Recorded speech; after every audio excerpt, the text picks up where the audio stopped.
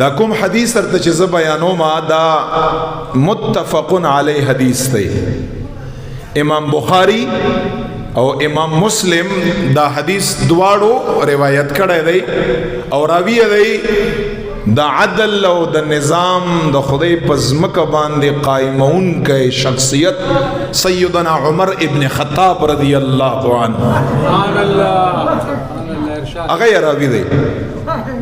څه فرمای اخلاص پنه کو اعمالو کی دومره ضروری چیز دی.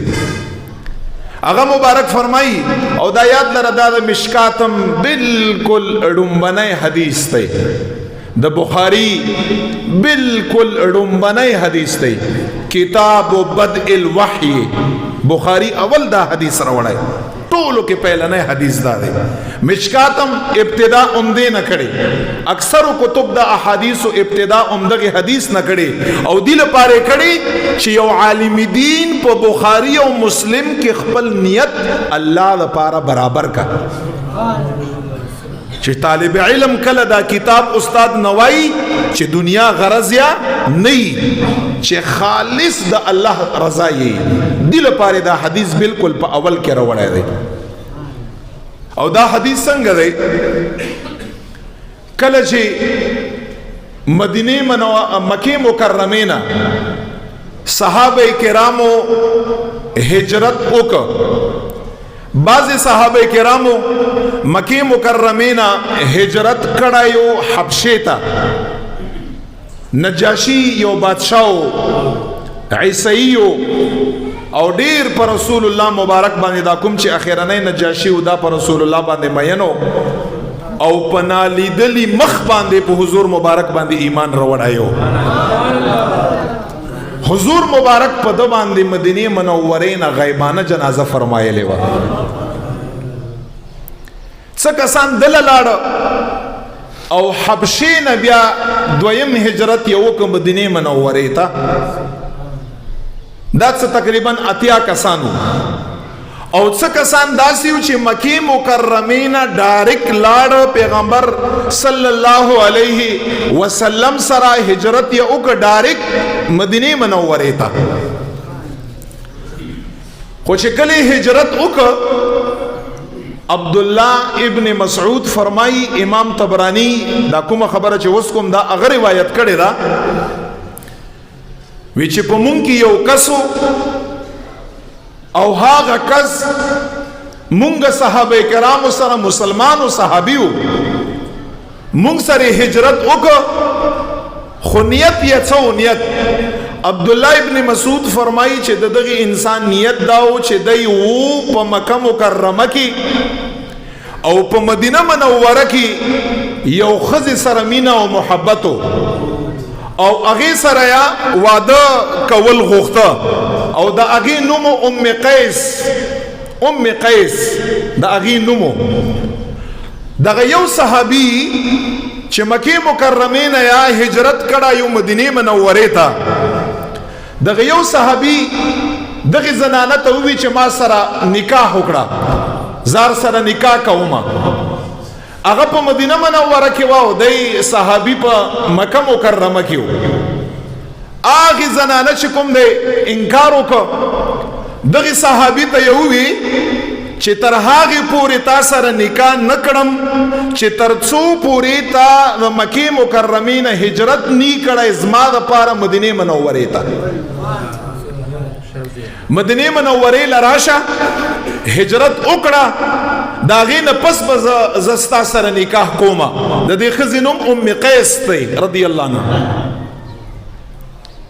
دغه صحابي عبد الله ابن مسعود فرمای چې مونږ ټول صحابه په هجرت کې نیت داو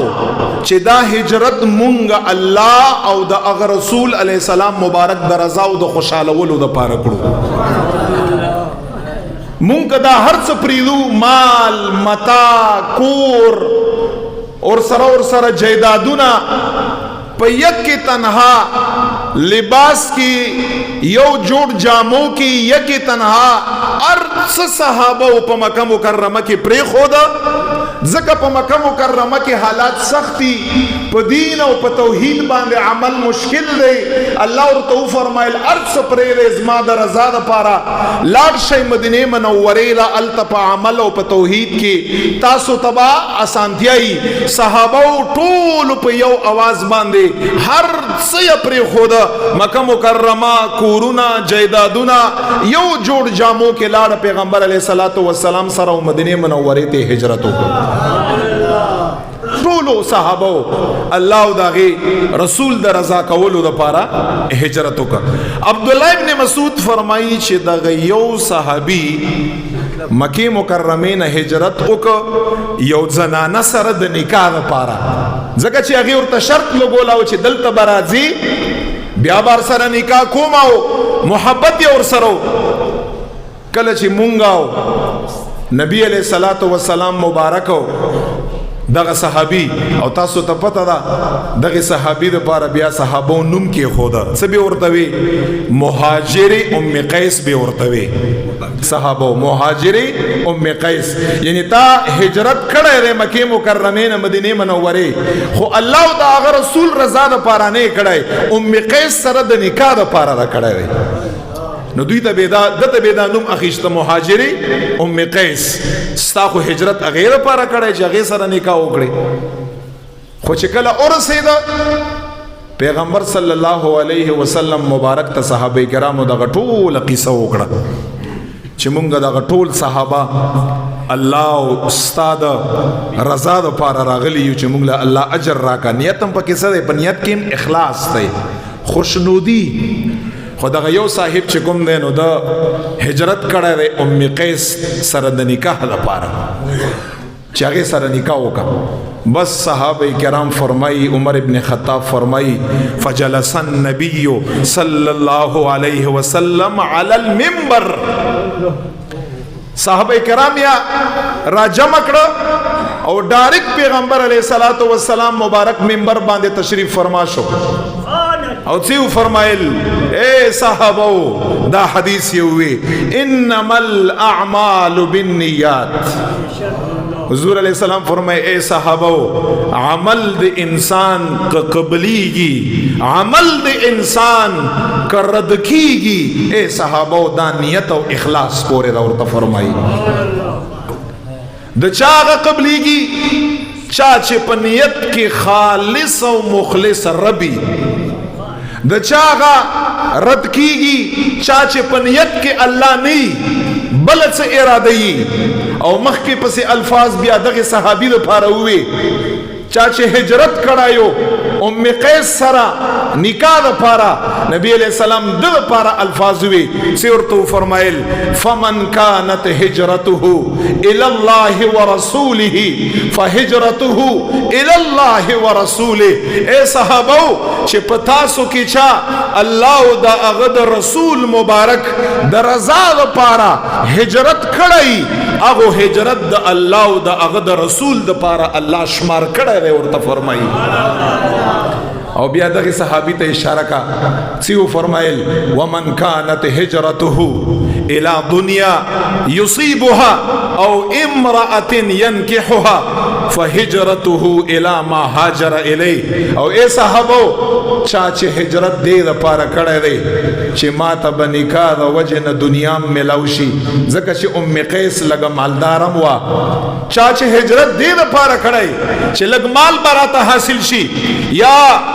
زنانہ سر بنکا اکڑم دل پارا ہجرت کرم یعنی پا ہجرت کی اخلاص نشتا خوشنودی نشتا اللہ رضا نشتا نبی علیہ السلام ورطا فرمائی دا کستم واوری فہجرته الى ما هاجر الیه بس دغی انسان تا اغشای ملاو شو چه دو کم دا پارے ہجرت کرے ثوابیا نشتا دغه کس د هجرت د ثواب نه محروم شو بس خزه ورته ملاو شو د خزه نکاح ورته ملاو شو خزه سره لګمالو هغه ورته ملاو شو خو چې نور صحابه د پاره